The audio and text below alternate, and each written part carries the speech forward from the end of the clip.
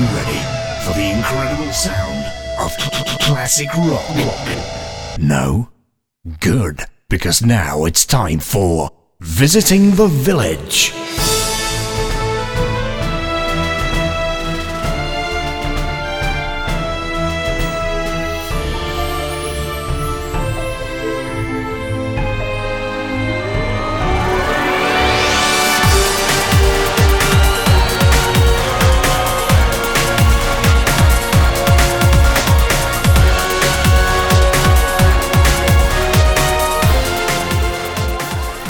Hello and welcome to Visiting the Village. I'm Paul Kilduff-Taylor, and with me this week, as ever, is the irreplaceable Ian Hardingham. Hello, Mr. Paul Kilduff-Taylor. I was walking to work today and I saw an advert for PayPal.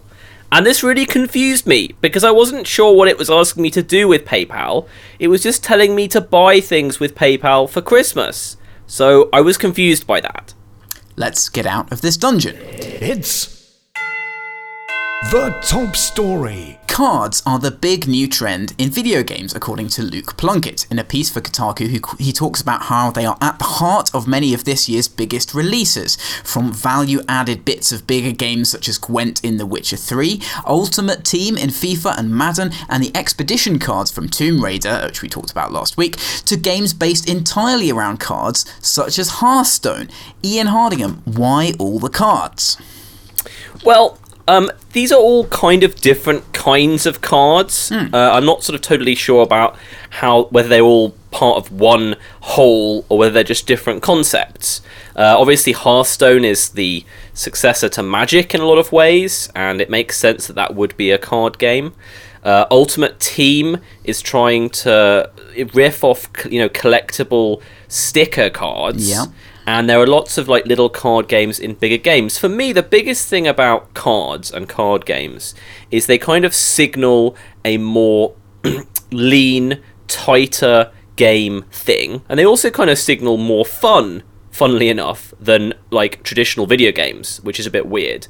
For me, that's the key to cards and why they're seeing a lot of play in video games right now. It's interesting that you say they signal a kind of tightness and a kind of fun, because to me they sort of signal more of a I want to expose an interesting system. They seem to be about making the mechanics of something more obvious to the player. I mean, Gwent is an interesting example of in The Witcher because it's basically something where the devs have wanted to include a minigame, and they've clearly been playing Hearthstone and other card games, and they wanted to do something like that. And that's sort of like, if you're making a minigame, one that's very mechanically bare is quite a good way of doing it, I guess. So that would be the kind of commonality that I see with all of these things. It's about showing your cards, I guess. Yeah, that makes sense. I like that idea that this is about exposing mechanics and sort of saying, okay, well, within the world of The Witcher 3, where a lot of things are obfuscated and there's a lot of stuff where systems are designed to look like they can do a lot of things they don't actually do, and it's quite hard to work out what's a system and what's aesthetic. Yeah. Cards, massively signal this is a system. So that makes a lot of sense to me. I mean, the article that we're talking about here referred to how a lot of games, such as Call of Duty, etc., use the aesthetics of a card to give you a reward or for you to choose your weapons. Yeah. And it's really tough for me to work out how related that is, because obviously that's just a sort of a card as a reward. I think that's playing off things like how exciting it is to get cards. If you get a magic booster pack, that's really awesome and exciting, and collectible cards are just a really great reward. So I think the thing that represents a certain kind of weapon or something in your inventory being shown as a card is just kind of a nice bit of sort of touchy-feely UI. Yeah. It's it represents a game thing that you have, that you own. And if you like the way that Hearthstone fetishizes the packs, that it's a physical thing that you move around in the game, and then you drop it into the thing and it pops open and all the blizzard sparkles come out. It's a process that's designed to be very tactile. It's designed to have a kind of emotionally resonant effect. So the idea of owning something definitely is part of those cards, similarly with Ultimate Team. Yeah, definitely. Yeah, for me, I think the most important thing here, which really ties into what you said first, is that it's about actually pushing back from games as being this completely real-world emulating thing, and the realization from a lot of game developers that you do need to have some signals of actual gaminess. Yeah. And that's a really important part of reward, making something super clear to the player. So they're starting to use cards to sort of really section off bits of the game that where you're supposed to be like, yes, this is, I know that I've talked about this being a legendary sword that's done X, Y, and Z, etc., etc., and it has lots of coloured particle effects, but I'm also going to show you the nitty-gritty with this card that tells you what its stats are. I think also, to kind of close this off, game designers are very influenced by a lot of stuff in kind of games, culture, things around games, and actual card games have really become a lot more popular now with Netrunner and stuff like that. So there's always, I think game designers are people who like to have their cake and eat it a lot. They like to pick on things that they like and try and combine them together. So that being trendy now, it means it's going to creep into a lot of people's thought processes and hence into their designs. Definitely. Developers North of Earth are giving away 300,000 copies of their game Cult of the Wind for free on Rock Paper Shotgun. Is this the Indie-pocalypse? Yeah, I don't know exactly what to think about this. I remember a very long time ago, Bullfrog made a really cool little game that they gave away for free on the cover of PC Gamer. It was a racing game set in a tunnel. I think it might even have been called Tube or something. And, at the time, and still, now it's true, that it was really relatively rare to get, an actual exciting, exclusive free game with a magazine. Yeah. And sort of, it's always been exciting when it happened. And that was also sort of good, and by Bullfrog, who I absolutely loved. So that was really good. This game looks really weird. Yes. It looks quite sort of... In some ways, it looks like the kind of game that RPS would give away for free. There's something RPS-y about it. I don't know. What do you think about this? This is interesting. It's pissed off a lot of developers. I think there is this funny... Some indie developers are very keen to blame other indie developers for stuff. And a lot of people see this as being, bad for the market and devaluing indie games and so on, especially as they're giving away so many. 300,000 is a lot of copies. That's way more than most indie games sell. I think I'm in fairly safe territory saying that. So that's funny. It's funny that generates animosity. I kind of think that when you're generating that kind of animosity, you're doing something right. If you're doing something so market weird that people are annoyed with you, if you haven't done anything immoral, then maybe that's cool. Maybe they're going to sell quite a few copies of it based on this giveaway. Whether all 300,000 will be used, of course, is another matter. It is a very large number. What I really hope is that they publish the results. It doesn't seem like a play that is immediately stupid to me. Oh, I don't think it's particularly stupid, but if you want to talk about it in terms of whether, it's something that we would do with our next game, because it looks like a slightly sort of smaller indie game in a lot of ways. It's not, say, the same as as Positech, as Cliff giving away one of his games in this way. So, talking about it on those terms, I'm still struck by Rocket League and being a PS4... PS Plus game that people got for free. I got it for free. I'm still sort of struck by that and trying to work out how, for any of these tactics to work, the game has to be great, basically. Yes. Yeah. That's kind of the key. So if you give it a take and that Rocket League is great, does that help its bottom line? Does it hurt it? Does it massively increase its chance of going viral, which I think it probably did? I think, once you've had that level of success, it's hard to be critical about any part of that process. I kind of thought this was probably just, if I'd made a game that sort of not very many people had played, so maybe even sort of talking about determinants, the idea that I could be the first person to do this on RPS and get a lot of people playing my game, I don't feel like I'm actually making it free. It's a bit more of a luxury item because it's sort of harder to get at. If every site starts doing this every week, it'll have absolutely no impact on anything after a short period of time. So it's not something that I would choose to do. I mean, I'm trying to basically the question I'm trying to answer in a very waffly way, Mr. Paul Kilduff-Taylor. What if I have a game that is genuinely great? Yeah. That for some reason I'm unable to get enough attention to get a critical mass around. Is this one of the approaches that you would use for that? I think that it is. I mean, there was stuff like, I think Minecraft went free for a weekend or something because he had a server outage, or it went very low priced, and that was one of the massive spikes early on for Minecraft, was sort of right after that. So giving stuff away for free, of course, free to play games have all the benefits of getting, a wider user base earlier and so on. And this, anything that you can do that's a PR point now, this kind of thing, is very good. So yeah, I mean, I feel like it's probably a valid tactic. And I guess when I saw this, I sort of thought, oh, that's a bit desperate. That game probably isn't going to do very well. That was sort of my initial reaction to it, because it is a weird game and it's a multiplayer centric game, and those two things together are bad news. But yeah, I mean, I guess, yes, if your game is good enough quality, then 300k given away won't matter too much. Yeah, I mean, I don't... it didn't strike me all that much, because I know that PC Gamer's print magazine have been doing something like this for quite a long time now. Every month they try and give away, at the very least, free DLC to a big game, or often a sort of free game of this kind. So it's been tried in general. I was actually significantly more worried about how it would reflect on RPS than I was about what it would do to the game. I kind of just assumed that it wasn't going to. It seems so unlikely that this game, Cult of the Wind, is in that sweet spot of both being really, really good and also not being noticed before this event, and also being noticed after this event, which is kind of the only really interesting scenario for them, the game developers. Yeah. I was much sort of more intrigued of how people would respond. You talked about how the developers have responded, how the readers would respond, and whether there'd be any kind of backlash, whether there'd be any questions if it compromised RPS objectivity, etc.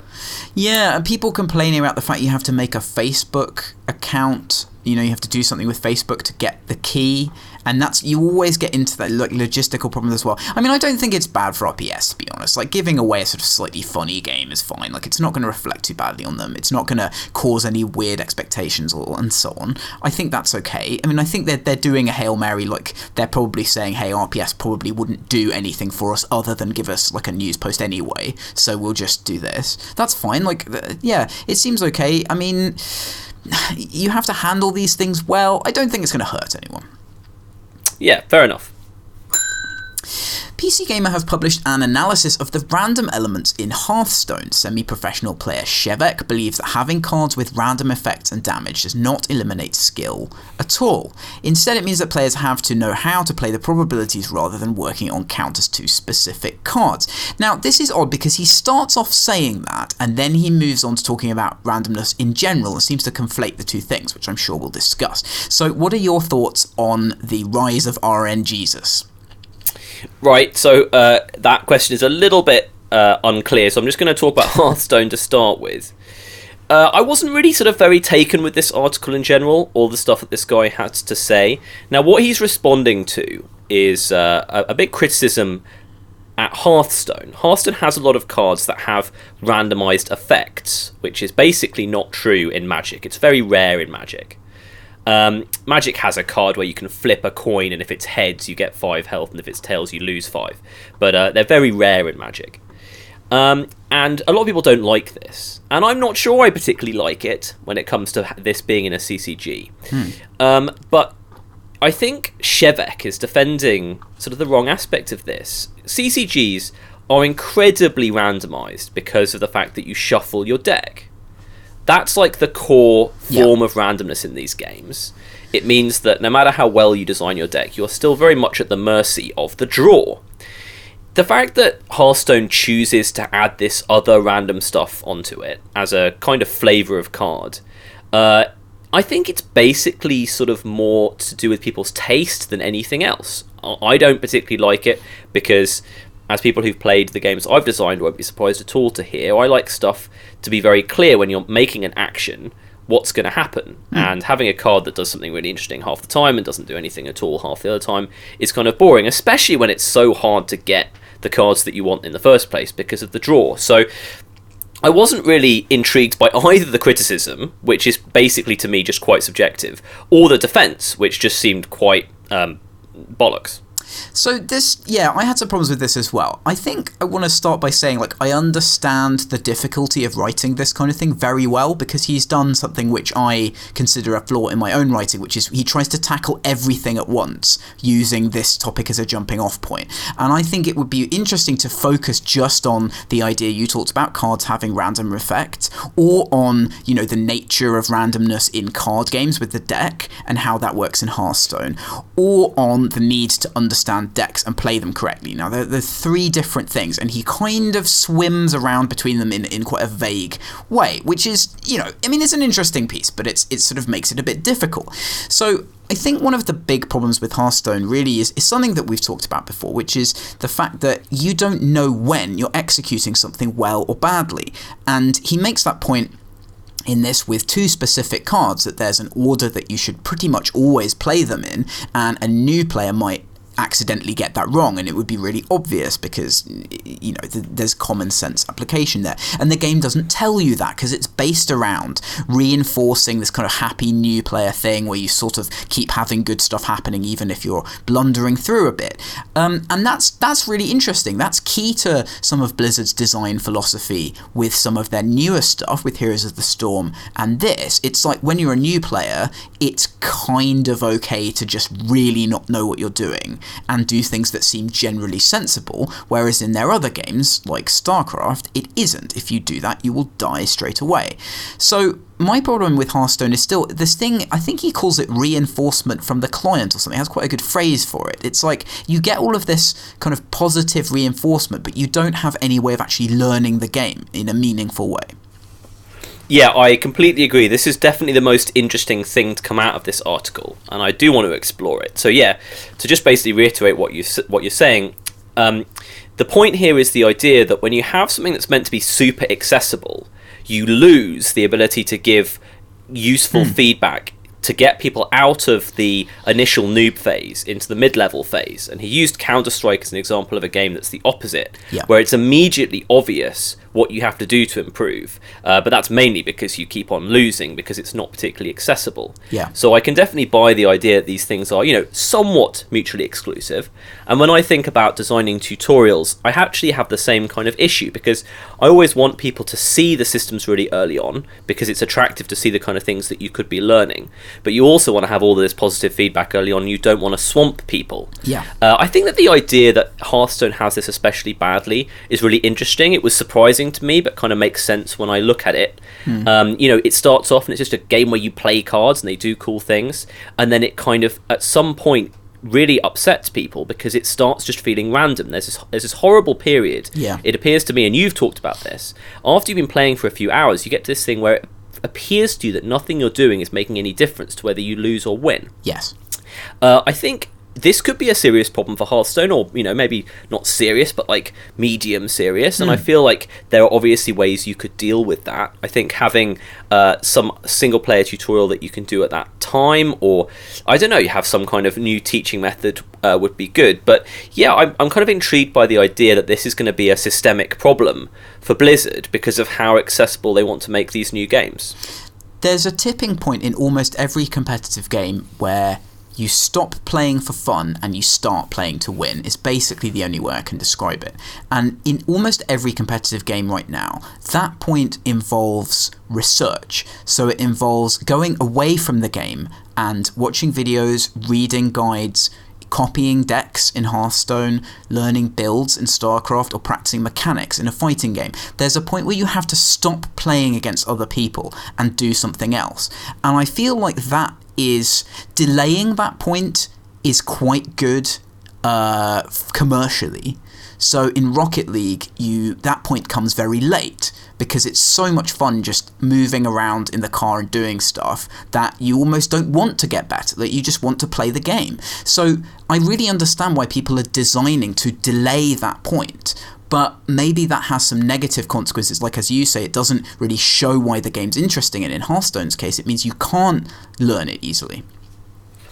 Yeah, this really is just, I think, to me, about this problem where, obviously you start playing a computer game, you really like it, it's a multiplayer game, and you want to get better. And because it's an online computer game, you can play it as much as you like, and you can play it as often as you like. And this kind of creates this problem, which is that a lot of games are just at their most fun when they're played around the kitchen table, as it were, with a bunch of your friends who are kind of learning slowly at the same rate you are. Especially with Magic, this is true. If you're all playing by just buying a couple of booster packs every week, that's such an interesting situation. That's a nice little microcosm to play in. As soon as you start thinking professionally or competitively, you start going online, anything like that, that's just like a terrible way to be playing. You have to be buying a competitive deck. Yeah. And things kind of get very boring at that point, unless you're massively into it. So I think it's just this kind of issue where it would almost be funner for a lot of people if they just stayed in the kids' pool and just played it every so often and just had a good time. But of course, most of us are competitive people. Yeah. And you just start wanting to win. You start getting angry, you start throwing things, and that's just such... I feel like the path from really enjoyable, successful, accessible game, from going from just enjoying the pure enjoyment of starting it to getting towards like playing competitively is just like quite a bad process right now, and maybe necessarily so. And that's good for game developers because it means that people change games a lot because they want to recapture that feeling of it being fun. And I was talking to a friend of the show, Mr. Fake, dance music producer extraordinaire, and he was saying that he and his girlfriend play Awesome Noughts a lot, and that has a very small multiplayer community, and in that community nobody's really very good, so it's actually quite an awesome game to play multiplayer. And he was describing some experiences that they had with people sort of starting to be rude online and kind of getting a bit more competitive and doing the sort of normal annoying complaining that people do. And that's really interesting to me, like that maybe there are some ways that you can conserve the kitchen table fun element. I watched a really interesting video recently that I mentioned to you with two Street Fighter pros teaching someone new to play the game. I can't remember both their names. One of them is called Gutex. He's quite famous in the community. And they were saying to this guy, we will get you to the point where your friends don't want to play with you anymore. Like, that was their goal, was to make him so good that he could beat any of his friends who play casually. And that's just such an interesting way of phrasing it. Like, to make the game not fun for casual players is the first step of competence. Yeah, and I still find losing stressful, which is why I play single-player games to relax. Right. Like, I would much rather play... Basically, I'd much rather play bridge against the computer because I can do it at my own pace and because I don't care what happens. And that's kind of just how I relax. Like, being competitive is very stressful for me personally, and that's different for everyone. But there are lots of people who want to play multiplayer to relax, etc., etc. I know a lot of people have their sort of party on Xbox Live or whatever, and they can play bad Call of Duty with all of their friends they went to university with. Yeah. And that works well for them. So I think kind of my closing to this is I'm going to be specifically a bit critical of games like Hearthstone and Magic, really. I think that they're just incredibly great when you start playing them, and they kind of don't... They're not like Rocket League. You can't play them every single day unless you get really competitive. I think that you can't stay in the kids' pool and keep having the enjoyment, because the enjoyment is sort of so pure and so refined, and it's so about the human response to luck and to gambling and to events happening, and there's almost nothing else mixed in there. That unless you really go for climbing the ladder, you get turned off from it, which I don't think is exactly the same with games that have some kind of non-directly competitive skill, like Rocket League and the shooters. Super Columbine Massacre RPG creator Danny Ladoni has been banned from Adams State University. Apparently he was working as an instructor in media production, but was turned down for a full-time role. It's a bit involved, this. An open letter sent to staff and students by the University Chief of Police cites a number of reasons given for the ban, many of which are personal and I don't think we'll go into, but first and foremost is his work on the controversial game. Do we have free speech in games development? Well, I think we do. I mean, there's a big difference between having freedom of speech and basically getting thrown out of working at a university because of having made a game that was about shooting a bunch of people at a university, and that's at its least at least analysed when I say it like that. But I'm just trying to show how some people could read this. Mm-hmm. It's a bit of a weird story. Yeah. I kind of get the impression from all of this stuff that, I mean, in some ways I'd love to have a university chief of police write an open letter about me. Yeah. That sounds really exciting. Sounds like Mr. Daniel Ledone, or Ledone, or however you pronounce it, or Danielle possibly. Anyway, whatever. This person that we're talking about sounds like they might be quite a pushy employee as well, or something like that. I was trying to connect with this just on the question of, does making Super Columbine Massacre RPG in any way mean that you should be viewed skeptically if you're going to work at a university? And I kind of decided it's one of those things. It possibly not, as long as you're like willing to just generally be a good employee and make friends with everyone. If you're a kind of guy that brushes people up the wrong way, maybe that's where the line is, and suddenly people start using this as like a reason to get rid of you. So maybe it's like, it's not even a particularly ethical issue. It's about, you know, having done something which could be seen negatively by people, which is bad as well. Yeah, I think you've nailed it here. This is a political, sort of in a small sense, problem, because clearly there are some problems here. Again, I don't want to go into all of this because it's not our remit and we don't know. So there's some problems that he's had there with the institution, and it's an easy thing to do. You know, if someone's written a controversial book or whatever, putting that at the start of you complaining about them, they did this thing, they said this thing, is a really good headline for you to be suspicious of someone.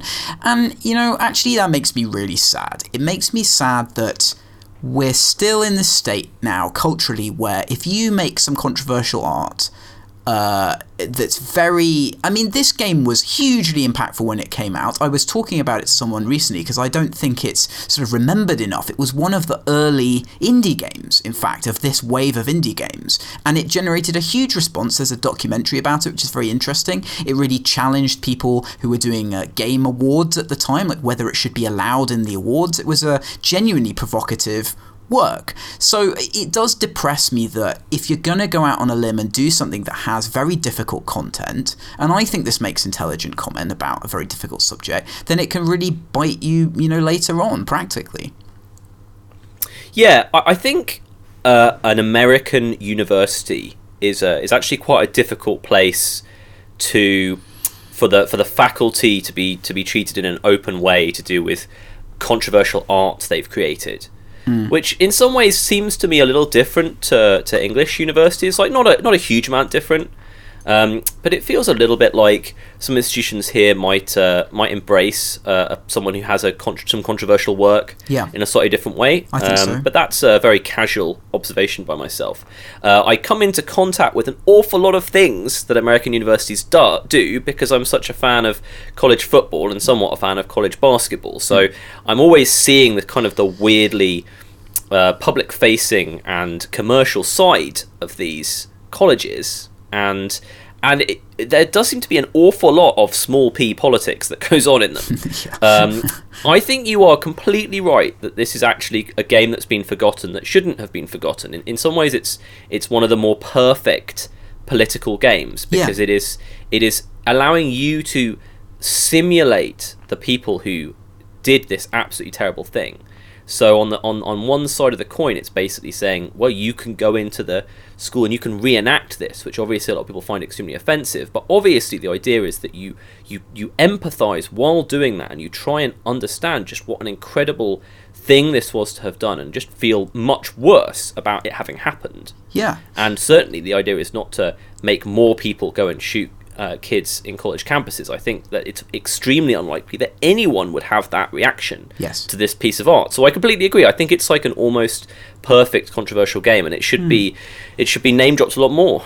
Also, it's important to point out, if you're not familiar with the game, it's very sort of transformative effectively. It's done in RPG Maker. It has those little kind of squashed, early JRPG sprites, but then it sort of alienates you from the horror of stuff that's happening. But then it has real photos and other media. I think it has some video as well that's sort of interspersed in there. And the shock of seeing that, when you're sort of playing through this quite sort of satirical, silly game with cartoon characters, it's effective. It's definitely creatively effective. It's creatively valid, and it had a huge impact. But yeah, I think you're right. The culture in American universities is something that's much discussed at the moment. There's a lot of controversies on it. I think Obama was pretty good speaking on that in an interview recently. He said some of the most intelligent things that I've seen someone say about it in the US, about this balance between the absolute need to respect people and protect their right to not have their identity kind of cheapened, but also this thing of like allowing freedom of speech and not shutting down discussion of everything all the time. It's very nuanced, and he expressed it very well.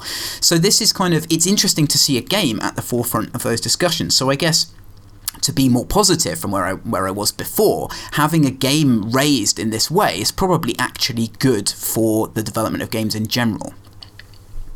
Yeah, absolutely. I think that kind of finishes it off, really. It's really sad, to go back to the very beginning, it's sad that, when you're a difficult person, in inverted commas, and people don't like you very much, that they use tactics like this to get rid of you. And people are always on the opposite sides of that. Some people say, well, then you just need to learn how to get on with people, and other people quite rightly say that's completely ridiculous, and I am who I am, etc., etc. I know this has got nothing to do with games, but that kind of pressure between those two things is something that fascinates me personally.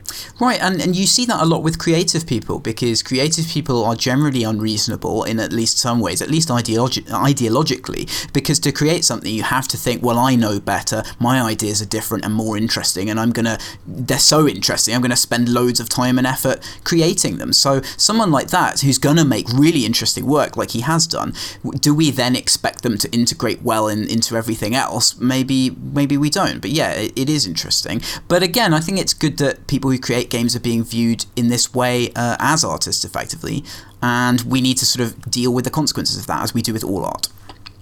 Absolutely. Carolyn Pettit has written about some of the feedback she received for her first review at Feminist Frequency. While mostly positive according to some, she failed to separate critique of the themes, values, characters and narrative from the game's mechanics. This is quite interesting. Are people coming to game reviews with the wrong expectations of what a reviewer should be doing? I mean, they almost certainly are, because what people want from a review of a specific entertainment product is usually vastly different based on who they are. If I come to a review of Thief 1, I have some expectations of that review, and if I come to a review of, well, to be honest, the new Tomb Raider, I have different expectations, and everyone has different things, and no one likes it when you criticise something that they like, and they like it even less if there's this question that you might be using some kind of social justice aspect behind it. So a lot of people are going to get very annoyed about, Feminist Frequency reviewing Tomb Raider. That just sounds like something that's automatically going to happen. I'm afraid I didn't actually watch the video review. I did read the article, and I thought it was fair enough. Very defensive. I think the idea that you've got to focus on game mechanics and not themes, values, characters and narrative in a review is pretty ridiculous. But what she was talking about in her defense was mainly about the fact that she thought the mechanics of Rise of the Tomb Raider had aged badly and were sort of massively boring now, which I completely agreed with. So in kind of basically, she spent quite a lot of the time saying that she was negative about it and was negative about a lot of these other things, in large part because this was just a completely standard open world action game with nothing new or interesting to offer. This is a big issue in games criticism and journalism at the moment, and I think one of the reasons is that games themselves are kind of moving away from being so mechanically obvious. So a lot of these big AAA games now are focusing a lot on characters, themes, values, and narrative. They're portrayed as this. You see a big narrative trailer as the first thing. You talk about what the character looks like and what she's going to be doing in the game, and you talk about the story, and that's all. The mechanics at this point are kind of just assumed because we know the sort of mechanics that work in these AAA games. So having reviewers come in who focus on that primarily, I actually think is kind of a market response, as well as it is with anything else. Now, of course, people are going to be angry, and you made the perfect point at the start. People are necessarily going to be annoyed when a reviewer has a different focus to them, and that's fine. And we've talked a lot about how people respond to reviews and so on. But I find it interesting, like, I think a lot of people think that critics are going after this stuff because it's kind of wanky and artsy and critical, but I think actually a lot of the time they're following what games are doing. Yeah, sure. Nothing here seemed like massively offensive to me. I mean, you know, I can imagine reviews. There are certain things that reviews do that I actually object to. Sometimes writing off a game because of some bad political stuff it does, that can annoy me. You know, if I choose to engage with a game outside of that, then I might not want to see that the only aspect talked about was the political aspect. Sometimes I get annoyed when sequels are treated in a specific way, and people say, well, this isn't a very good game because it doesn't advance the previous game very much, and whether you're a fan or not of the previous game is going to have such a massive impact on how you feel about that. Anyway, I won't go on about that for too long, but there are several things that kind of do annoy me. But certainly if you spend the entire time with, you know, one of these frankly kind of boring, new age, very derivative, sort of Far Cry 3-esque, don't get me wrong, I like Far Cry 3 a lot, but, you know, the kind of stuff that's come out of that model, talking about the stuff that isn't just the boring base mechanics of having a map with a million different things to do on it, none of which are very interesting.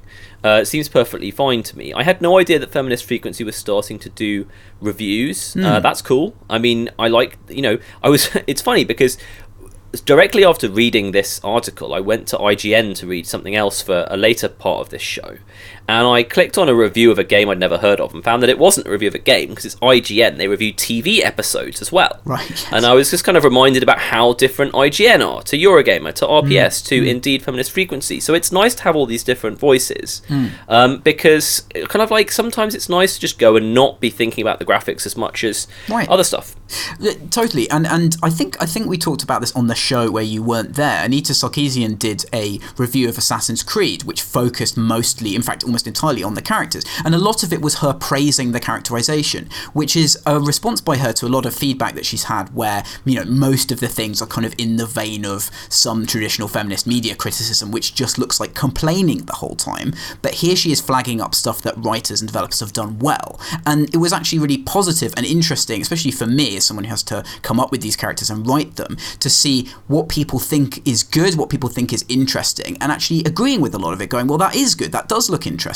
So Feminist Frequency is really developing and finding its voice, and Carolyn Pettit is a great person to be doing that because she's written fantastic reviews that don't have this focus as well, so is someone who's very well versed in games journalism. I think also there is this kind of huge issue with the way that games are treated in terms of, now you have all this multiplicity of voices, as you just said. Before, I think people had more right to get upset. Like if there are two games magazines and one of them has the review of the game you want and the reviewer didn't like a certain scene in it and they upset them and they give it 1 out of 10 or whatever, that's a difficult review for you to relate to if you don't agree with them, and you're stuck then. You can't go anywhere else to find out whether you should buy this game. Whereas now, there are always going to be sites providing the "is this worth the money" review that you can go to. So there really isn't any legitimate reason to be annoyed with it. I guess people trust a certain outlet, and if that outlet does something they don't expect, like if Feminist Frequency did something that was like analysing the frame rate of everything, I think their viewership might be a bit put off by that. That would be pretty amazing. I'd love to see a Digital Foundry Feminist Frequency crossover post. Right, so maybe that's where this anger comes from. It's when people aren't expecting it. But when it is something expected, like this is Feminist Frequency's remit, if you're going there and going, oh, you didn't talk about the controls, like, I mean, come on, like that's so stupid, and we need to move past that. Yeah, exactly. And honestly, what you get from a narrative and from game writing and from characterization is going to vary massively in terms of what you're looking for and what you're sort of educated in. I mean, there's some very bad science fiction writing that I love for various different reasons, and there's some very bad science fiction writing that I hate because I'm kind of like a pretty advanced sci-fi fan. I've got a lot of stuff coming from it. If I play Far Cry 3 or 4, I probably don't care that much if the writing's bad. Yeah. So I think it's important to have these websites which are for people who might care much more about the writing than they do about whether the right analog stick is responsive or not. Yeah. It's important to understand that as games become massively mainstream, you're just going to have a huge difference between what people are looking for. If you don't like an outlet, then don't shout at them for doing things that you don't like. Go and read and support the outlet that you do like, and everything will work out fine. I think that's right. You're completely right as well. There are going to be a range of different responses to narratives, and we've seen that. I'm going to talk about the Codblops narrative a bit later on, and there's a good critical distance thread with loads of different responses to that narrative. So that discussion is happening as well. If you want all the different takes on that, that's out there. I mean, it's a really good time for games writing and responses to games. So try to, I guess, encourage that and not just snipe people for particular things you dislike, is the moral. Exactly. Now, we neglected to talk about Bob Ross on the show, and I can't believe when he was more prominent on Twitch during the Bob Ross marathon, so let's do that now. Lee Alexander wrote at Boing Boing about why he is the perfect gamer role model a while back. Bob's 1970s instructional painting show has been massively popular with gamers. If you haven't seen it, you should definitely watch some of it. It's quite bizarre. So much so that Twitch is now airing it regularly. Now, I thought this would happen because the marathon was so popular and people were getting very annoyed that it was going to end. They wanted to keep watching Bob and falling asleep. So, Ian, does this mean anything for Twitch? Well, I mean, this is mainly like a culture/style story. Yes. This is like a story that belongs in the middle of the style section of the Washington Post. This is just a really nice story. The kind of memes that the Twitch users are using while watching this 1970s painting instructional video are pretty amazing. They all type GG at the end of every cast, which is great. They talk about him nerfing an ugly feature when he starts blending it into the background. It's really, really good. Yeah. What a surprise that Twitch, home of a lot of extremely creative, intelligent geek people, is producing a really nice response to something like this. Yeah. I think it's pretty crazy. This is the kind of almost performance art level thing that I can never get involved in actually taking part in or actually watching, but I love hearing about. Twitch is pretty amazing. Yes, I think something that I've really wondered about Twitch is that now you start to see people making channels. There's I keep forgetting the name of this, but there is a gaming talk show which has a set, and it's these two guys, and they do that quite well. People are making channels, and what I'm interested in is which bits of traditional TV are we going to borrow? And a TV channel which just shows Bob Ross 24/7 is an awesome thing. He's got a very relaxing voice, and there's all this repetition. So people, the childish part of your brain likes repetition, and the jokes, whenever he adds something, they say ruined and all of that stuff. Like that's nice. It's reassuring and it's funny because it's repetitive. So that's always going to work. Like, that's a human entertainment constant. What I'm wondering is, why do we still not have, stuff that we've talked about, the 24-hour StarCraft channel that just shows reruns of old StarCraft matches? Why don't we this is absolutely the point, right. And it's never that long with a crazy story like this before we actually start touching on something that I feel passionate about. Yeah. And I feel passionate about the fact that what I want from channels now is a feeling. I want the live sport channel, and I want the kind of relaxing Murder, She Wrote channel. Yeah. And I don't want to look at the listings. I don't want to know what time something's on. I don't want there to be this massive stress around doing it. I want to be, it's like 7:38 at night, and I've put the kid to bed, and I'm opening a Corona, and I know that I want entertainment of a certain type, and I need to go to that channel. I don't want to have to choose anymore. Either I am in the mood to go and choose something specifically from a library service such as Netflix, or I want to be able to go to place X and know they're going to serve me properly. And I think it's quite specific, really. So, and the whole thing is, it's like, it can't just be reruns all of the time. It can't be the same thing shown 10 times a day. That's clearly wrong. It's got to be at the right schedule. Obviously, there's enough of the joy of painting to put on all of the time, for a little while at least. And that's what I want to see from channels now, basically. I'm going to say the most middle-class thing I've ever said now, which is that I want the news night of games.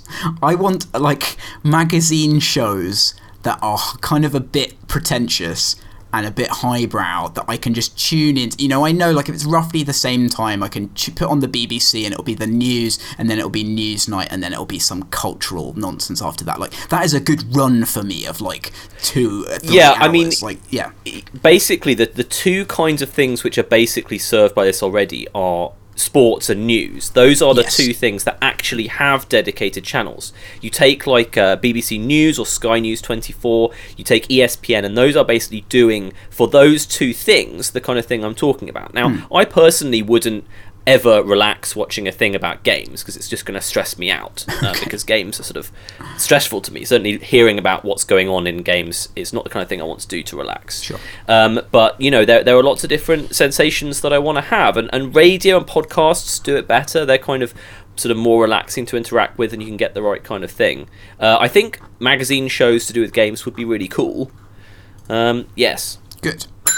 Chris Thurston wrote a history of Star Wars on the PC for PC Gamer. This is very comprehensive, really shows the range of different genres and styles through the years that Star Wars has been used in. Were there any particular standouts for you in this list? Yeah, I mean, hundreds. I actually woke up this morning thinking, wow, if you look at Star Wars games, they've had a massive impact on gaming. And then I saw this story on PC Gamer after that, and I knew I had to talk about it. This list is absolutely crazy. I'm trying to work out the best way of explaining it to the listeners without just listing everything. I mean, the sheer impact that Star Wars games have had, and the number of really great ones, is really insane. I mean, Star Wars, until about 5 or maybe 10 years ago, were often trend-setting. They were often at the cutting edge of games development. This specifically talks about PC Star Wars games, which is the right thing to do because the vast majority of good ones were on the PC and a lot of console ones were ported.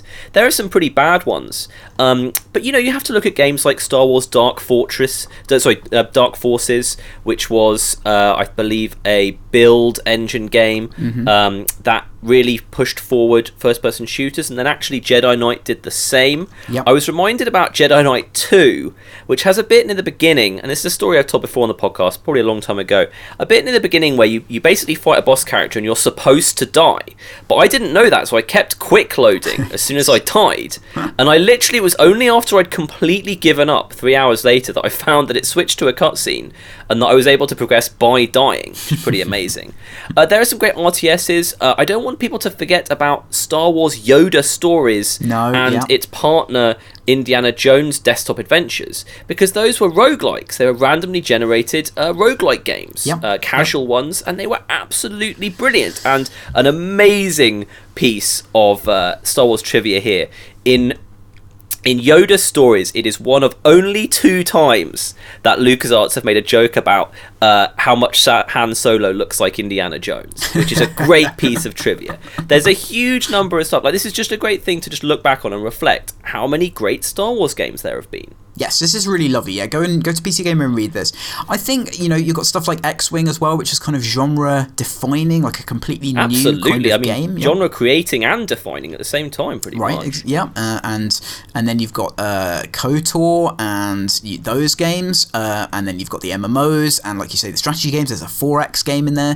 Supremacy, which I don't think I'd heard of before. Supremacy, which I played a huge amount. Multiplayer, really, really enjoyed it. Called Supremacy here, Rebellion in the States. I always wondered whether that was because of the games company Rebellion. That they have to rename it here, but I actually have no idea. No, that's quite likely. This, interestingly, I think this kind of shows up licensing is not seen to be a cool thing. It's seen to be a very boring commercial thing. But this really shows how licenses, big licenses that nerds like, basically, can be very inspirational. I mean, we talked about White Wolf last week. If people love, I guess, an IP, or they love the stories, let's use human language, they love the stories, they love the characters, then that's going to make them develop things, even if it's in quite a sort of specific weird genre. It's going to make them develop things which have a lot of passion in them, which are trying to evoke feelings which are cool and interesting. So this is a really good example of how licensing can be good. Yeah, just to finish this off, I might be about to say something that you won't agree with, which is always good. I've been a bit disillusioned and a bit put off by the sheer volume of Star Wars marketing that's happened recently. Yeah. In the run-up to this film coming out, which I'm quite optimistic about, I actually think it's going to be quite a good film. But the kind of level of merchandisification and licensification and IP use that's been going on with Star Wars in the last few months, like, that's an 11 for me. I'm not sure I've ever seen anything that actually even particularly comes close to the sheer carpet bombing that Disney have done with the Star Wars license. I have to say that I just kind of think there's a possibility that they might risk Star Wars not being cool anymore in 10 years from this like sustained level of insanity. I've always been amazed that Star Wars has managed to combine an incredible level of commercial success while still being cool. And it's been doing that for a very, very long time. And I just wonder whether this might be just enough that to start a very slow process of the actual sort of hardcore geeks who used to still be as on board with Star Wars as all of the young kids are, kind of getting off board eventually. That's an interesting theory. I don't think I can think of that ever having happened before with anything. I can't think of an example of that having happened before. I mean, I don't know if it happened with Transformers. No, I mean, I guess the Transformers IP is probably still as strong now as it was before. I mean, you have to remember that the later Transformers movies are really terrible. So I think the quality... I want to be clear, though, that I'm not talking about the IP value itself going down. I think that the IP value for Star Wars is basically going to continue to be sky high and just get bigger. The kind of the only aspect that I'm talking about it hurting is like it actually losing kind of a big hardcore element that it used to have. Like, I think it's going to, not even transition, it's going to continue to be just an amazing young person's IP, mainstream IP. I just kind of wonder whether there's, like, the hardcore science fiction fans who've always been on board with Star Wars, like, maybe, who even managed to survive the original trilogy. Maybe there's a tipping point when something becomes so over-marketed, it like, necessarily loses some cool aspect. I think as soon as something's established, it loses the cool aspect, like established in a mainstream sense. I think the older fans are not the people who anyone's worried about, really. Like, I think that the people who have nostalgia for it, just the massive irrational response to this, like people saying it's likely to be good and stuff, really indicates to me that that's still very strong. I think it's the young generations who they're actually concerned about actually liking it, because they may not have seen the original movies, they may not care about them, they may be boring things that their dad likes. So I think what they're trying to do is they're trying to build it up for a new generation and try and establish as something that you do want to see if you're a teenager. But the old fans will stick around through thick and thin anyway. I think that's fairly proven. I think volume of marketing is something that might annoy fans, but I don't think it makes them change their behaviour particularly. Yeah, I think that's basically always been borne out. I mean, I just can't really think... it's kind of on the level of Lego now. Like, even beyond that, just the sheer level of the stuff that we're seeing of Star Wars is really quite amazing. And there's been some fairly lukewarm reviews of Battlefront. Which actually for some reason makes me like it more. I don't know why. They've been quite targeted with it. They've made it like a sort of a smaller game in a lot of ways. I've seen some weird stuff about it. Like, someone was comparing it to Rogue Squadron and saying it has these kind of arcade sections, which doesn't sound like a Battlefront game. I mean, No, I haven't heard that, but yeah, I'm gonna pick it up, as it were. Yeah. At some point, I'm kind of more interested to see what they've done now that it's not had like amazingly positive reviews for some reason. It's a slightly weird thing to say, but there you go, Star Wars, eh? Star Wars 8. More Chris Thurston now. He's on a tear as we return to his review of Legacy of the Void, the new StarCraft 2 expansion, to which he gives 91% for those of you that care about scores. It's got a Protoss-heavy single-player co-op mode, Archon mode, where 2 players play on the same team simultaneously in multiplayer, new units, and a bunch of other stuff. Now, I own this, and I have played it. Did this make you want to actually play StarCraft 2? I mean, I suppose very slightly. Kind of the reason I wanted to talk about this mainly was that I have this massive projection that Blizzard are probably completely sick of working on StarCraft 2. Yes. And are probably like unbelievably happy to have fulfilled basically the requirement that they set themselves right at the beginning of StarCraft 2 that they were going to do these 3 things. I think a lot of developers might have found some way of putting this and Heart of the Swarm, or whatever it's called, into the same product, and you know, with just how much work it is. I really respect them for how they've definitely tried to keep moving things up. They've made this a lot more micro based, I'm reading, and we've talked about a bit in the past. Some of the new units seem cool. I mean, I slightly think that they're trying to win a losing battle against some of the more fast paced, action oriented games, and I'm glad that they don't seem to have gone too far trying to take on things like LoL, etc., which I just don't think StarCraft's about. I mean, I really want, what I want from Blizzard in respect to StarCraft is just to embrace StarCraft as a slightly weird thing that's not going to cross over to the extent that Hearthstone is, and they just need to kind of understand how great it is to have this kind of amazing endpoint to the RTSs that started with Command and Conquer for me. So I'm really glad they've done it properly, and yeah, you played it a bit, haven't you? Right, yeah, so there's a bunch of stuff here. One of the things is that it's caused the thing I wanted to happen, which is that the metagame for multiplayer is now completely screwed. I was on Twitter asking people for builds, and some good players got in touch with me, and they were like, yeah, nobody has builds yet. we just don't know what to do, which is really good. I watched Total Biscuits Shoutcast tournament, the SanDisk Invitational, that's what it was called, and that was hilarious. Like, a lot of the games were awful, some of them lasted about 10 seconds, people not really knowing what to do with the new units, and these are top pros who've been playing the beta, so that really shows you how poorly worked out this is still, and I love that. I'm a fan of the chaotic comedy StarCraft that you see at the start, so I'm very pleased that that's happening. I will be watching a lot more. I tried to play getting back into the game after a big gap, and it still has all of the same problems. It's now sort of, some of them have been exacerbated, as some of the more knowledgeable commentators have said. So you start with more workers now. You have to start doing things immediately. You don't have the nice break at the start of a game, which is very stressful. All the build timings are out. You still have the same thing where if you don't scout something, you instantly die. So it's very knife edge the whole time. Very hard to get back into it.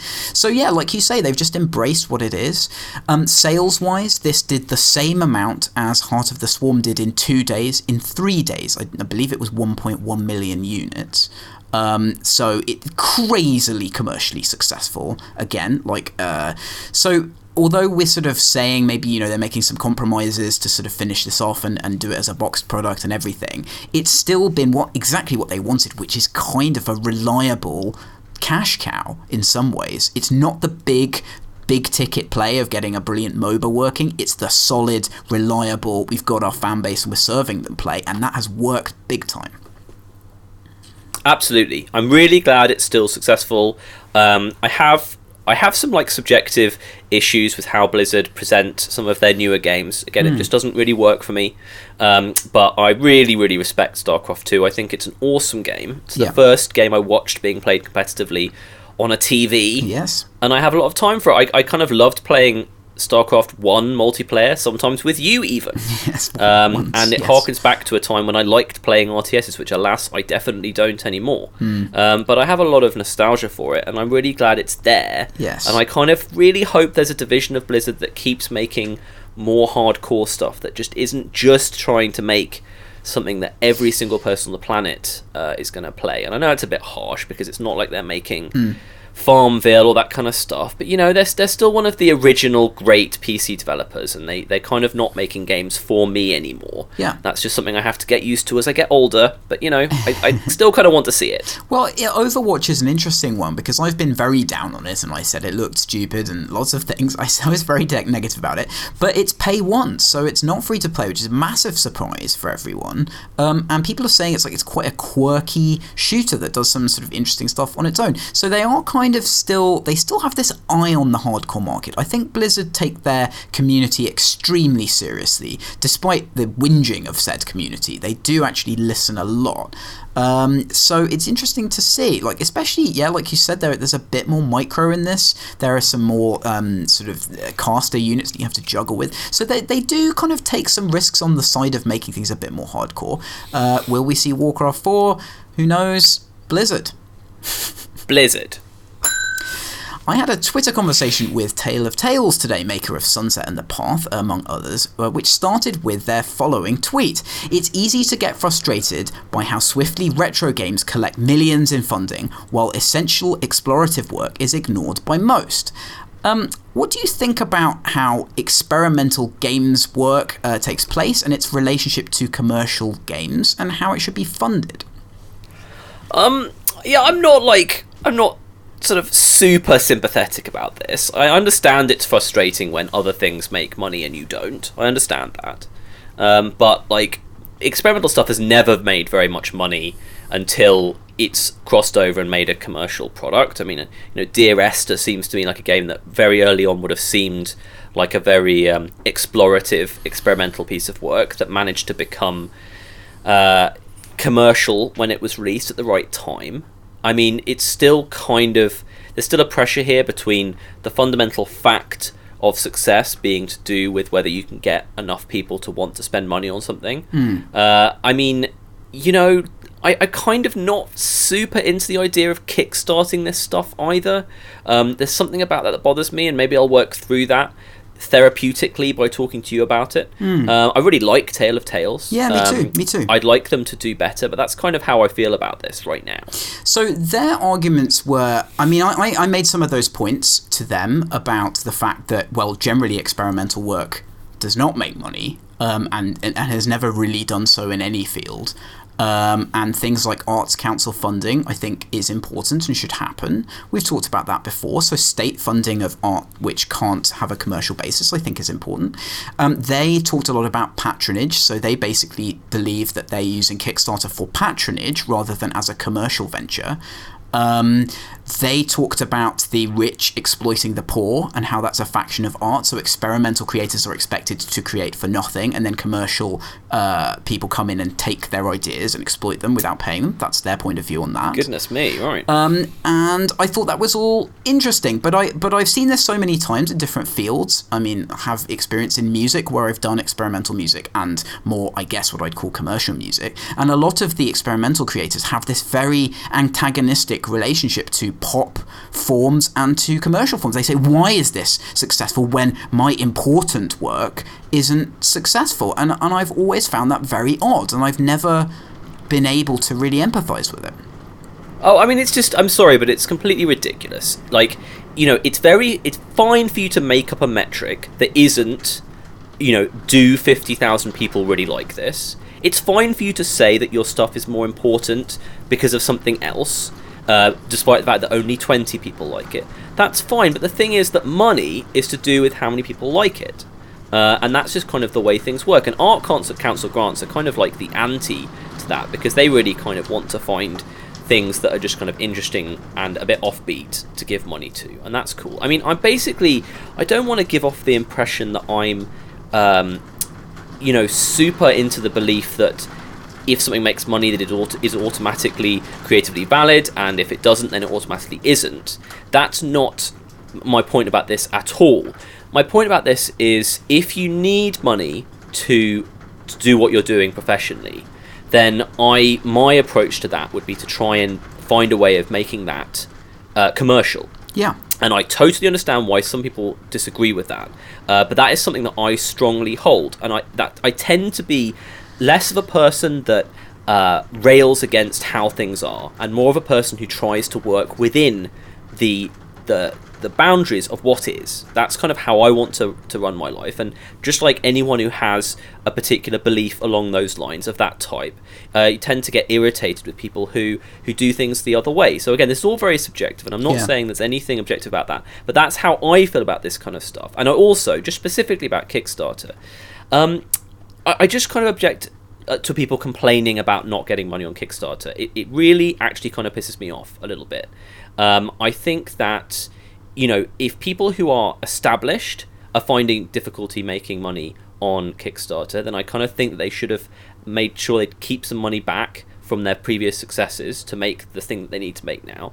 New people, if they're not able to get anyone interested, I see no reason why they should get money. I mean, basically, if you have nothing to your name and you have nothing to show yet, then surely Kickstarter is the only kind of democratic way of deciding as the final option whether you should be given enough money to do this or not. And if you fail, then you have failed. Sorry, it's a bit of a rant now. Yeah, well, it's difficult, and it's easy to get passionate about these things. I guess a counterpoint to sort of saying, I mean, I would consider that I'm very interested in the intersection between really, really experimental creative work and things that make money. That's why I do this job. That's why I work with you. That's why I am who I am. I'm interested in that. That fascinates me. I know artists who hate that, who just want to do creative stuff, and I know business people who hate that, who just wish artists would shut up and that they would understand the true value of commerce and business. And I really feel happier in between those two things, having these arguments all the time. Like, that's where I'm happy. There is the argument that says if you don't want to rail against the system, that means that the existing system is set up to benefit you. And that's something I've become more aware of as I've talked to more people who work in games, who work on the fringes of games, people from different groups. Just the extent to which games as a marketplace is set up to benefit certain people, among whom we should consider ourselves. So I have a lot more time for people outside that who are saying, look, this is wrong, I want to change this, I want to shout about it, I want to be annoyed. But what I don't have time for, and this is what I discussed with them, it's they said we're not a business, and I think that's fine. If you're not a business, don't compare yourself to businesses. Don't say someone who is making an inverted commas retro game, which is designed to evoke nostalgia and play on stuff, they are doing that because they want to do it and it aligns with something that is a business motivation. If you don't have that, then don't say why is this doing X when we get Y. The reason is because you're different. Sure, absolutely. I mean, just to talk about games specifically, because I don't know if I feel this way about a lot of other things. I'm just lucky enough to care most about how many people like what I'm making. Yeah. And that's really well correlated with being profitable. I don't necessarily understand the idea that you could make something that was absolutely amazing that only 100 people liked. Like, that seems just a bit weird. I view people as just personally as a bit more of a bit similar to each other, and that it's quite hard to make something unbelievably amazing that a very small number of people like. That just seems sort of a bit of a weird result for me. And games right now, they're rewarded for doing new things all of the time, and they're rewarded for doing things well, and for getting talented people to work very hard on them. And you can make profitable games with one or two people. So again, like, you talk about it being set up for certain people to succeed, and it feels like every couple of months those kind of things move a little bit away from being the case. The more and more games are made, the more democratic it gets to a certain extent, because still the majority of indies aren't spending a lot on marketing. But yeah, I'm rambling again. I just don't feel like my stuff is compromised by the need to be commercial, because it just feels like if I make a game that a lot of people like, then it will be commercial. Right, and that's a function of two things. Like, it's interesting that you say, that's kind of one of the most important things to you, because of course, we make very niche games. So if we make a game that sells 700,000 units, then that, to someone who's making a free-to-play game, is just nonsense, a joke amount of units. Like, they wouldn't even consider slightly thinking about games that sell that number of units. So it's all relative to what your goals are in terms of what you're happy is a big number of people. What you're happy is commercial success for you, and for your company as well. So by virtue of extension, I can therefore understand someone being happy to make a game that 100 people really like and think that's amazing, and think the amount of money that they get for that, which might sort of help out with their rent possibly, is a great and wonderful creative success. So I think it's important. I do understand that. I guess my point would be that I'm just not sure I think that there are that many meaningful niches that are that small to the point at which you will get a game where 100 people absolutely love it and really no one else even likes it. Right. So it's like, I totally understand the relative nature of what you're saying, but I think if you make something very, very, very good, the niches that we're still talking about are still big enough to be sort of commercially viable. Again, I don't really know what a product would look like, unless it was sort of a fan-based thing on some very old thing that 100 people have actually consumed. I don't know what a product would look like that was like massively loved by an extremely small number of people, and there wasn't like a bigger niche around it. Well, this is a really interesting separate issue, and again something that I care about a lot, which is that if 100 people really love something, then of course 10,000 people will really love it. It's just about reach, right? Like if they really genuinely love it. I mean, I think you get into this with some of the more experimental games, some of the Twine games that I've played that really aren't very well known outside. Probably, I would say, less than 1,000 people really kind of know that they're there. And that's just a function of accessibility to those communities, some of those communities being introverted. Also, again, there's all this whole debate about, like, is it an introverted community, or are people willing to seek it out, and does it have the right curation, and blah, blah, blah. Big argument there. So I always feel passionate about stuff that should have a bigger audience, but doesn't, because either the creator doesn't care, or they've done something, they haven't told anyone they made it, like they just sent it to their friend. I love that stuff. To me, is very interesting as well. So I think it's really important to not look down the scale and sort of go, well, those people are just idiots, or look up the scale and go, well, why is this successful and I'm not? Like, there are interesting answers to those questions. And we talked after this kind of rich exploiting the poor idea. We talked about the nature of inspiration and when ideas are appropriated and when inspiration is okay and when it isn't, and like that's a nuanced, complicated conversation. But it's when people get angry that they go, well, this thing is shit and my thing's great, and that's unfair. That's never the end of the story.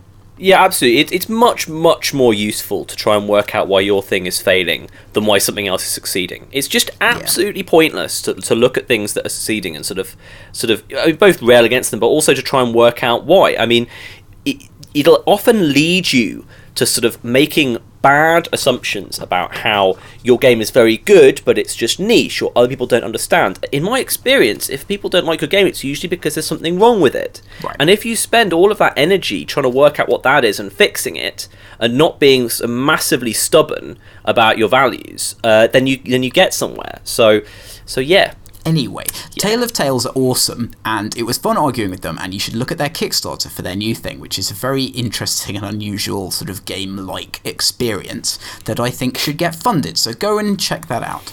Right, I'm going to pause the show for a little bit of housekeeping now. The first thing is, I think I got hit by Storm Barney in the last item, so there was a lot of very loud rain noise because I'm up in my attic, so I'd like to apologise for that, and I hope you're still with us. The second thing is, we're running quite long, and I wanted to ask you if you would like to remove any future topics from the show, or if you'd just like to continue.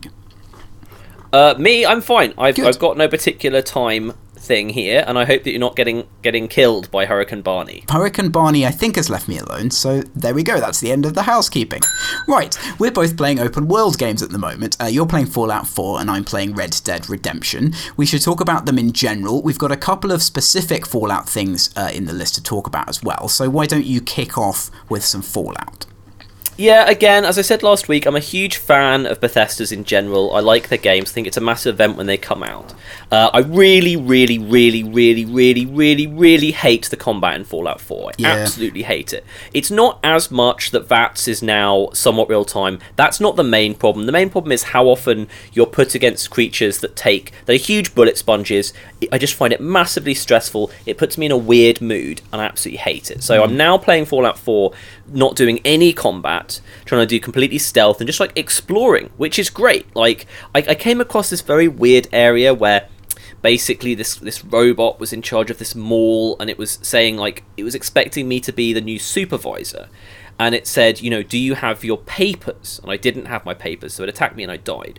So I spent a very long time, because I know what Bethesda are like, looking round the place to see if I could find these papers. I was sort of really betting myself I'd find a corpse somewhere that had died in some amusing way, because that would be like pretty much the most Bethesda thing ever that worked properly. Full Bethesda. I didn't actually manage to find anything like that yet. But I'm going around doing things like that. I found some super mutants that were fighting some robots, and that was really cool. Nice. So now I've kind of opted out of combat.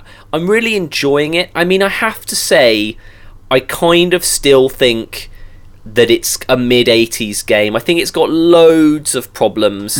But I am really enjoying it. I'm just playing with it. The thing that's really bothering me as well is the crafting. I just kind of can't be bothered to craft, and if you don't craft, it's much harder to get good weapons.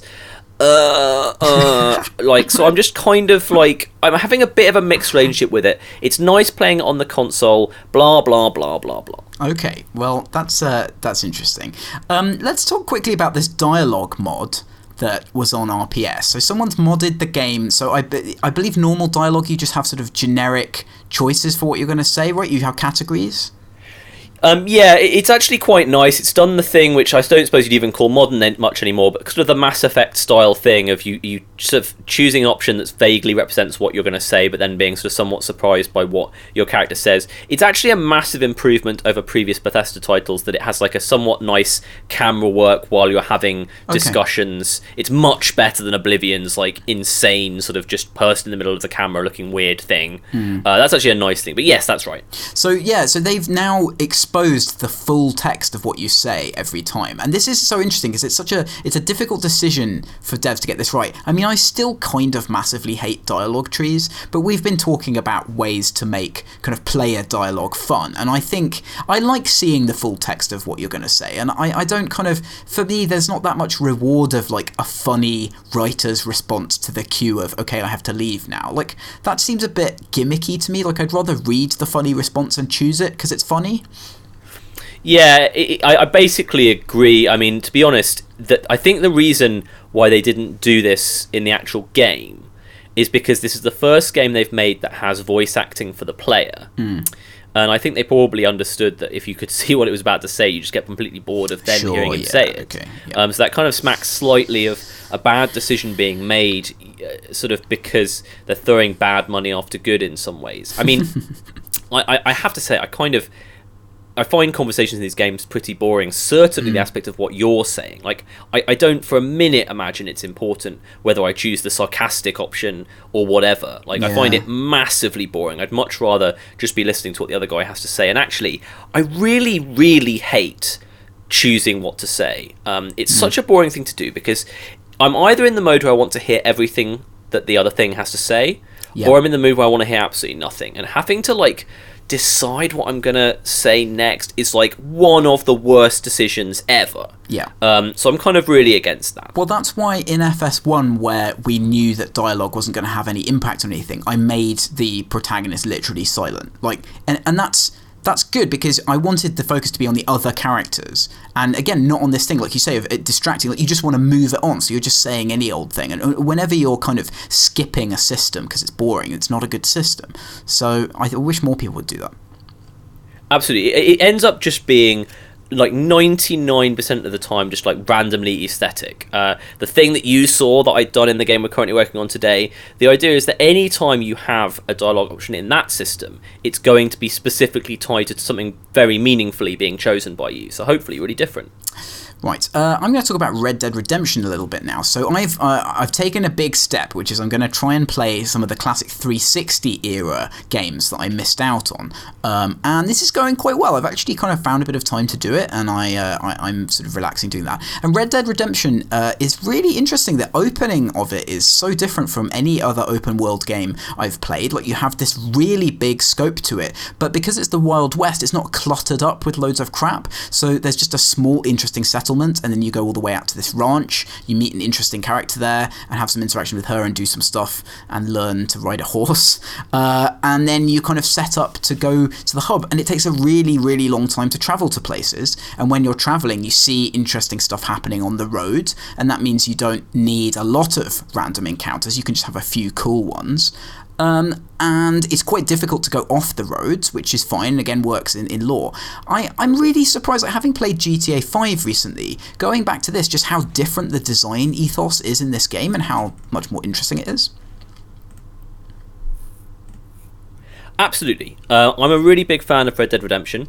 I really enjoyed it when I played it. I probably played about 10 hours of it. 2010, I think, when it came out. Blimey, yeah. I definitely kind of prefer it. As regular listeners will know, I'm really not a fan of the modern GTAs. Yeah, no, and I do like it more than those. I think it's got like a nice exploration aspect to it.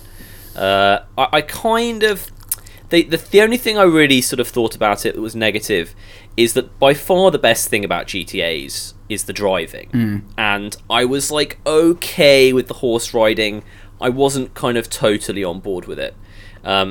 Yeah. So that was just like my personal thing. But, you know, it's a really high-budget, massive Rockstar game. And just as I said about Bethesda, when they make something new, a new world, it's like an event that you should be part of. And I'm glad that they did it. Yeah. I mean, there are so many things about their general approaches to open worlds which don't work for me, personally. But they're great things to explore anyway. Yeah, so I've heard that the game opens really well, and then it gets into this kind of annoying, weird political thing later on. A friend of the show, GB Doc Burford, was warning me against this. He said, when they start talking about politics, you know that's time to stop playing. So we'll see how that goes. But at the moment... it's interesting. The combat's quite good. The horse riding thing is okay. Like, some of the thing where you have to keep tapping the button to speed up is a little bit annoying to have to keep doing.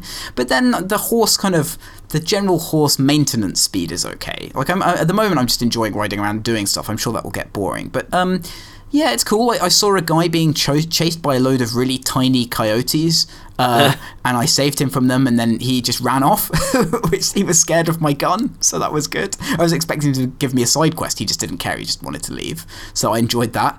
I got a treasure map, which is fun. Yeah, it's an interesting game. I'm looking forward to playing it more. I do feel like there's a bunch of stuff from that era that is worth revisiting now. I'm going to play New Vegas as well, because I've never played that. So yeah, having a good time.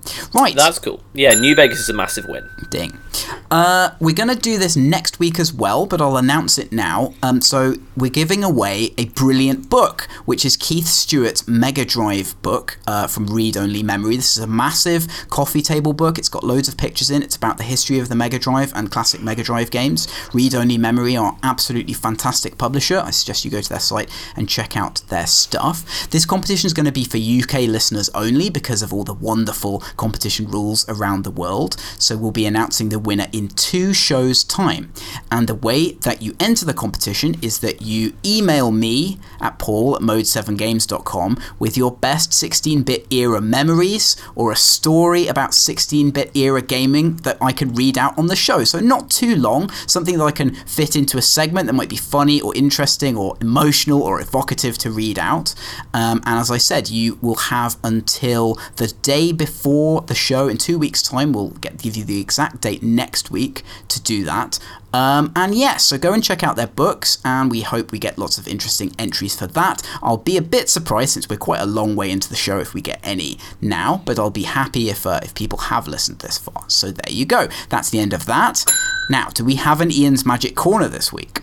Not this week, but apparently there's a big one next week. Oh, really? Okay, right. We need to get Magic the Gathering correspondent Tom on the show at some point to do some magic. We definitely do. We should do that. Okay. So we'll move on to Paul's Blops Corner. Now, I've chosen Blops to focus on because I just completed COD Blops 3, my first Blops, and I wanted to talk about, pertinent to our other discussion, the story. Now, I mentioned this to you before, and there are going to be heavy story spoilers in this section, so please avoid it if you haven't played it yet. So the story of COD Blops 3 is this kind of cyberpunk super soldier thing where you're a soldier and you have an implanted direct neural whatever, and you can connect to all these systems and blah blah blah. And you get rescued from this terrible war zone and implanted with this thing, and you get trained by this dude. And then as the plot evolves, it turns out there's this sinister AI which has grown inside the network for these soldiers called Corvus, and it's taken over people and it's doing all these terrible things.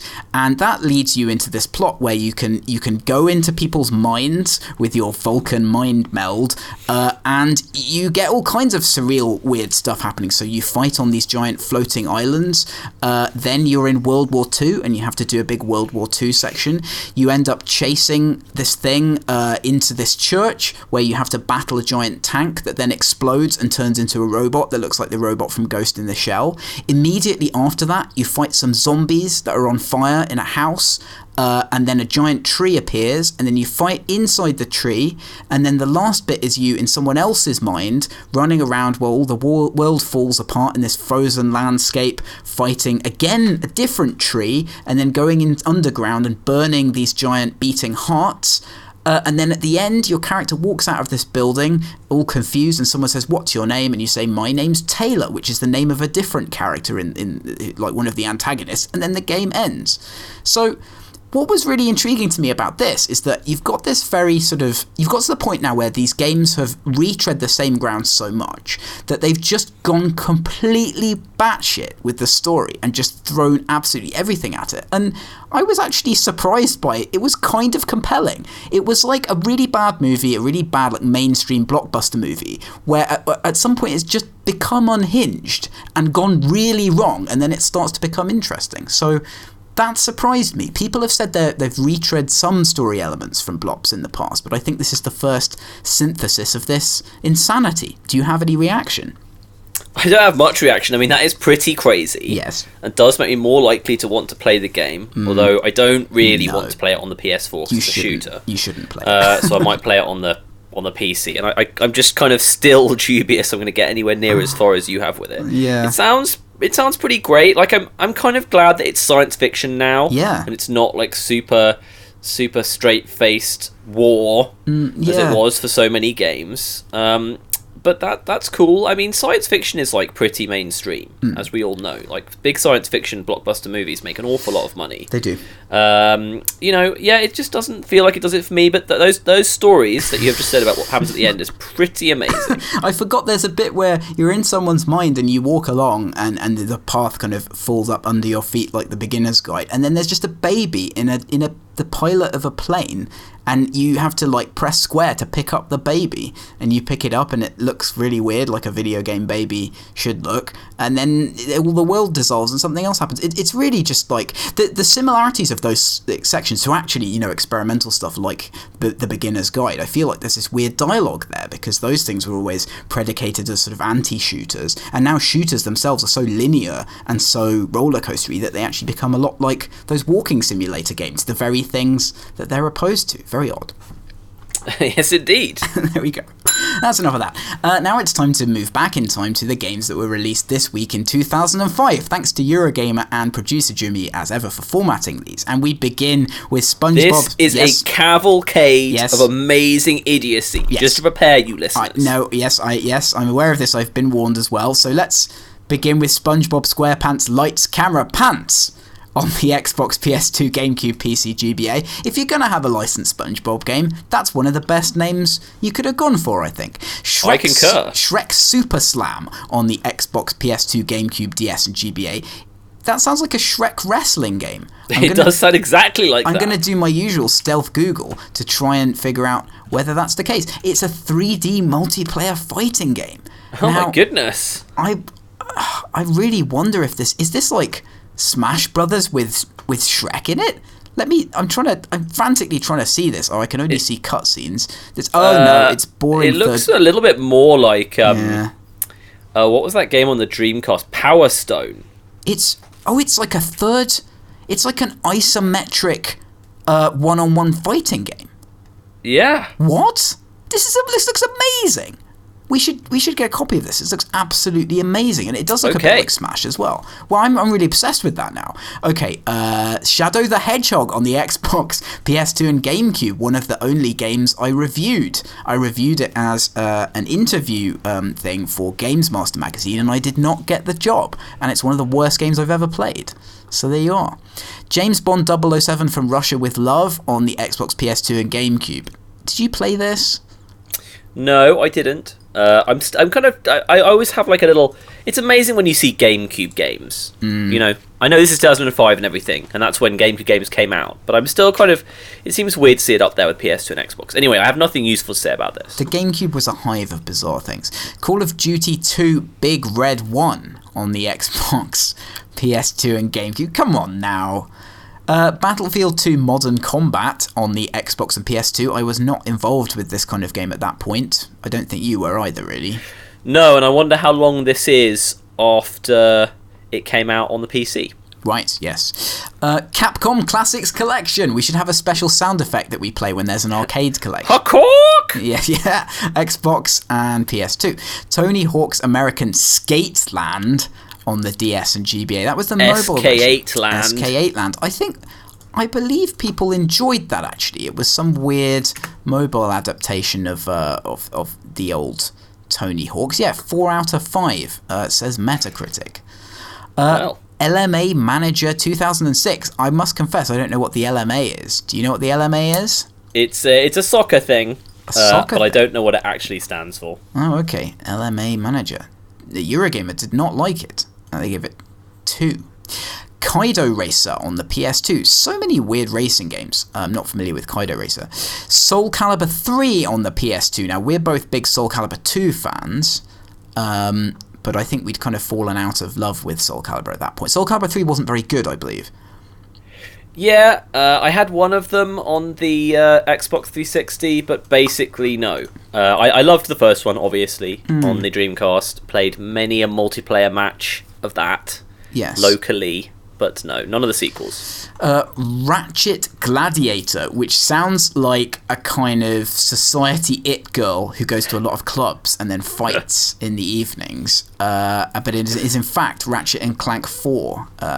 I never played a Ratchet and Clank game, and I'm sure as heck not going to play this one. Sly 3 Honor Among Thieves. Now, the Sly Cooper series, I saw a very good speed run of one of those games. I think it might have been this one on AGDQ last year, with a very funny, good speedrunner doing it. So that's all I know about those games. These third-person platformers, man, there were so many of them. Yeah, I played a Sly game on the Vita, because they re-released them on the Vita, and it was absolutely terrible. So, no. Mario Smash Football on the GameCube. Did you have that or play that? No, I remember I don't think something about Mario Smash Football. Super Mario Strikers, as it's better known in the US. Interesting. Pokemon XD, Gate of Darkness. Now, the XD here just looks like that smiley where it's kind of got its eyes closed. Yeah, and I think it's Gale of Darkness. Oh, it is Gale of Darkness. Yes, you're right. Yes, I misspoke. I don't know about that. The Sims 2 Christmas Party Pack on the PC. Sonic Rush on the DS. Bleh. That was supposed to be quite good, I think, Sonic Rush. Was it? Was that the good one, or was that not? Yeah, I think that was the good 2D one. I bled at the wrong time for Sonic. You did, I think. Oh, I got it confused with... Yeah, no, you're right. I got it confused with the other Sonic things. I'm a Sonic... Yu-Gi-Oh! Nightmare Troubadour on the DS. Great name. Great name. Pursuit Force on the PSP. That's quite an early PSP game, wasn't it? Pursuit Force? Yeah, I kind of thought that was alright, but okay. I don't know. Kind of early. 4 out of 5 on Metacritic again. World Rally Championship on the PSP. Mario Power Tennis on the GBA. Mario sports games going gangbusters in that. Absolutely. Week. I had Mario Power Tennis. I quite liked it. Yeah.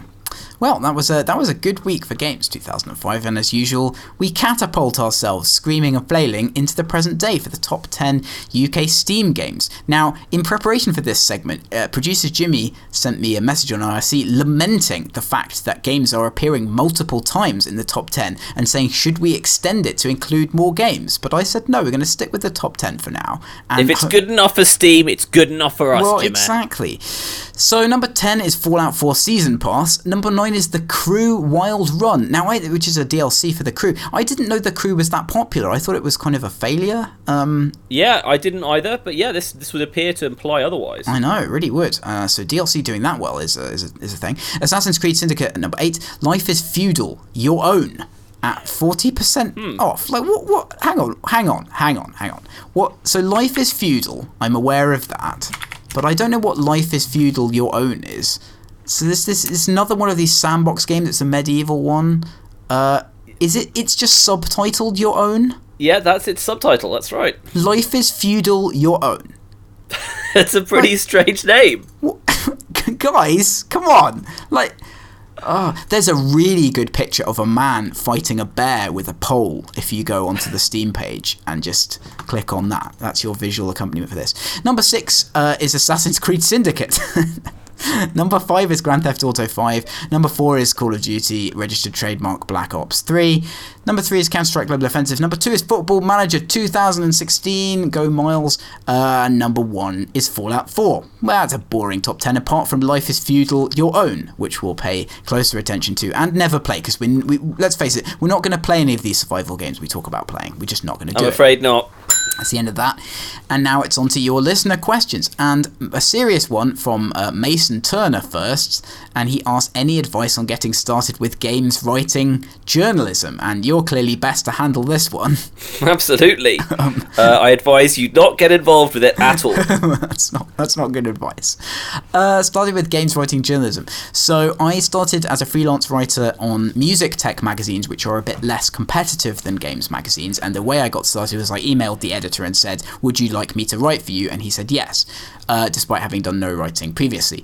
So that is not great advice. I think the best thing you can do is find a thing that you like writing about with games. You may as well start with something that you like and get used to blogging regularly and just doing that on your own blog, establishing yourself and your voice and getting used to it, and then just looking around. I have seen quite a few freelance jobs and various things offered on Twitter, so if you follow a lot of games journalists on Twitter, link them to your work. Maybe try and get in things like Critical Distance or on the Sunday papers on Rock Paper Shotgun if you're doing kind of more long form stuff.